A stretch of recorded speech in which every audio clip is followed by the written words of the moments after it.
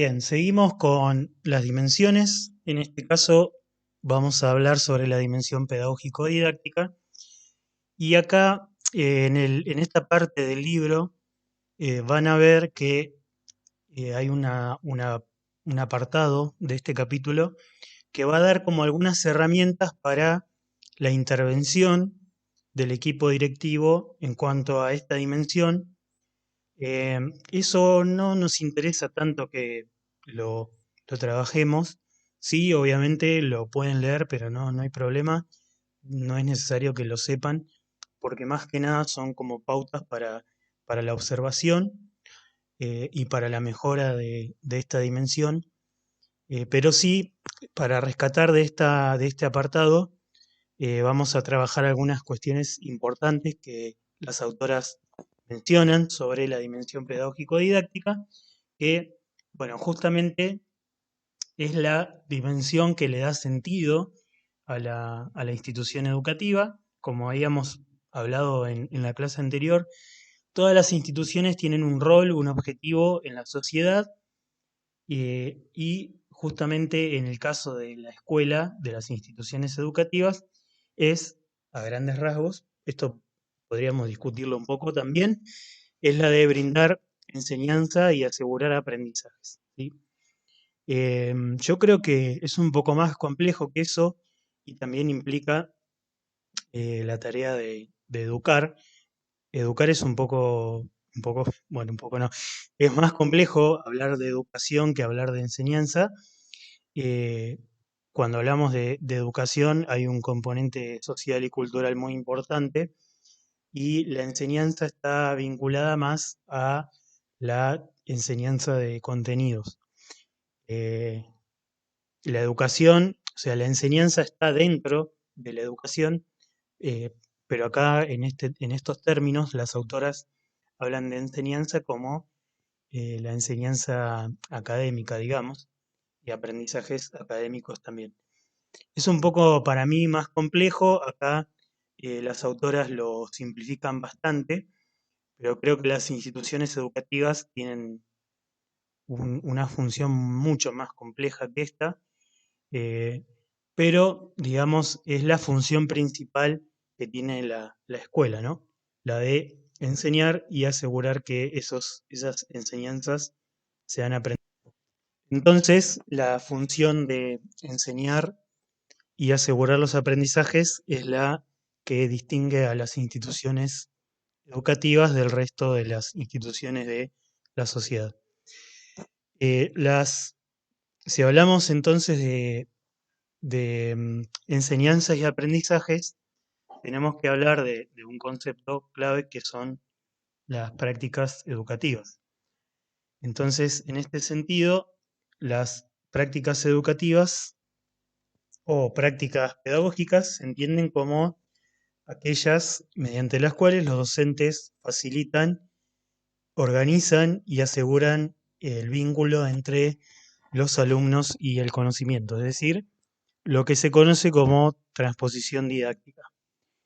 Eh, las prácticas educativas, como cualquier práctica institucional de cualquier institución de la sociedad, están articuladas dentro de demandas de todo tipo, como son las demandas sociales, políticas, económicas, familiares, van a estar atravesadas por estas demandas.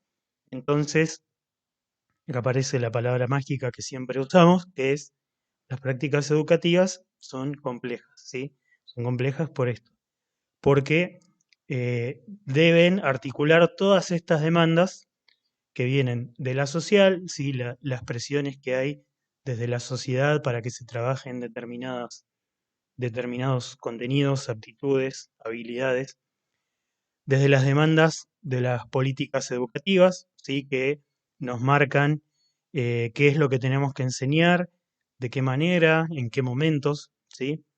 Las demandas económicas que tienen que ver eh, vinculadas con el mundo del trabajo, entonces desde lo económico se va a solicitar a la escuela que los alumnos tengan determinadas habilidades para para la vida laboral. Las demandas familiares también, es decir, las familias también presentan sus demandas ante qué cosas quieren que sus hijos aprendan en la escuela. Entonces, todo esto va a articularse en lo que son las prácticas educativas. Por eso, como decíamos antes, al principio de esta parte de la clase, eh, la función de las instituciones educativas es un poco más complejo que el hecho de simplemente hablar de brindar enseñanza y asegurar aprendizajes, porque justamente tienen que articular todas estas demandas y con toda esta complejidad eh, transmitir los conocimientos que se esperan. Em, Bien, las prácticas educativas, como decíamos, están ligadas a la transposición didáctica, que es un concepto de la didáctica, ¿sí? De la didáctica como disciplina, que se plantea como la traducción, podríamos decir, del conocimiento científico al conocimiento escolar. Eso sería la transposición didáctica. Entonces, los conocimientos científicos se transforman en conocimientos enseñables en la escuela. Nosotros no enseñamos los conocimientos científicos puros como surgen de las investigaciones científicas, de las ciencias naturales, sociales, sino que los transformamos en contenidos enseñables.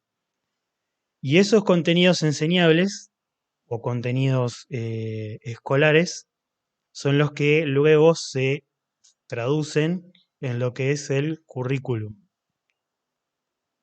Entonces, las autoras acá lo que van a hacer es darle un apartado importante al lugar del currículum en la dimensión pedagógico-didáctica y en cómo el equipo directivo y los docentes y los alumnos se vinculan o se deberían vincular con este currículum. Y acá hay que hacer una aclaración importante que por un lado la hacen las autoras, pero dejan de lado algo que ahora les voy a pasar a explicar.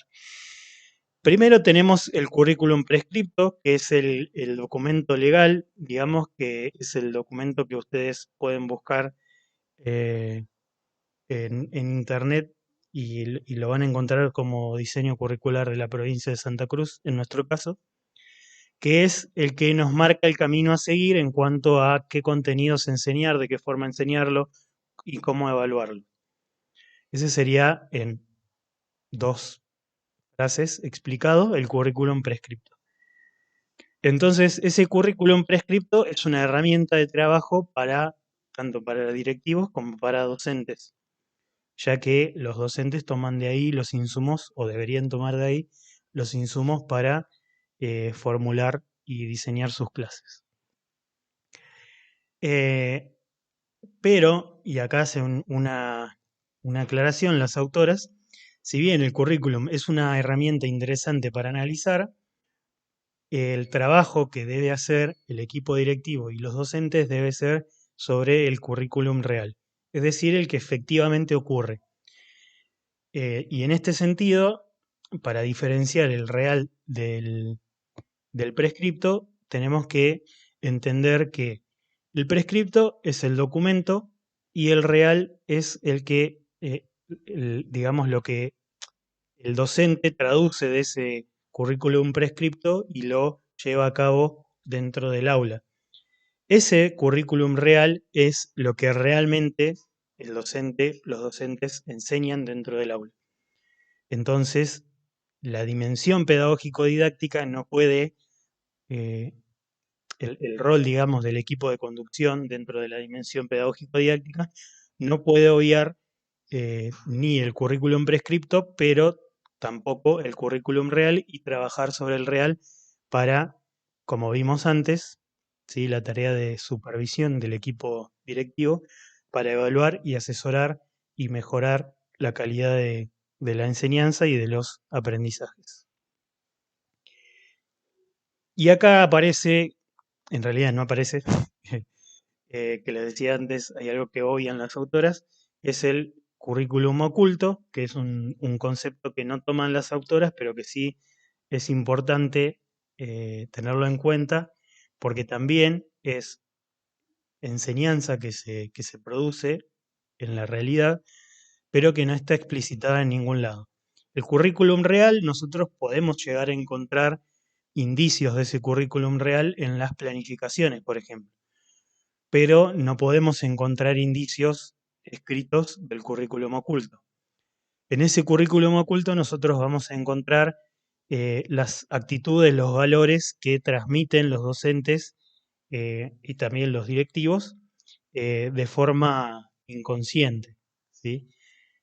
Por ejemplo, cómo comportarse en el aula, levantar la mano antes de hablar o formarse de determinada manera, formarse, que los alumnos se formen varones y mujeres, eso es parte del currículum oculto, no está prescripto que debe ser así, incluso está prescripto lo contrario, que no debe ser así, pero se sigue haciendo así. Entonces, ese currículum oculto también nos puede dar pistas para entender y para analizar la dimensión pedagógico-didáctica. Y acá las autoras le dedican un apartado a ciertos instrumentos para poder observar y dar cuenta y brinda herramientas sobre cómo dar cuenta eh, de este análisis del currículum.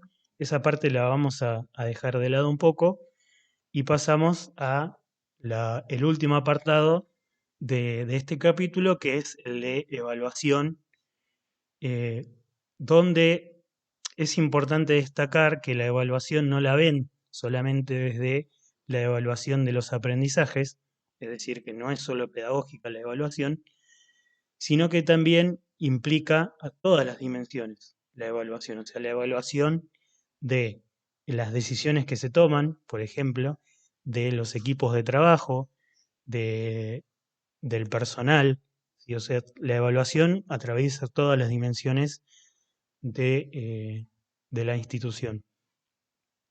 La evaluación es un mecanismo de aprendizaje, ¿sí? No es simplemente un instrumento para poner una calificación, eso es solo una pequeña parte de la evaluación, es un procedimiento para obtener información y para construir un saber, para construir un saber acerca de cómo mejorar las instituciones educativas en todas sus dimensiones, como dije recién. Entonces, la evaluación es fundamental no solo para el seguimiento de los alumnos, sino también para el seguimiento de los docentes y de la institución en general.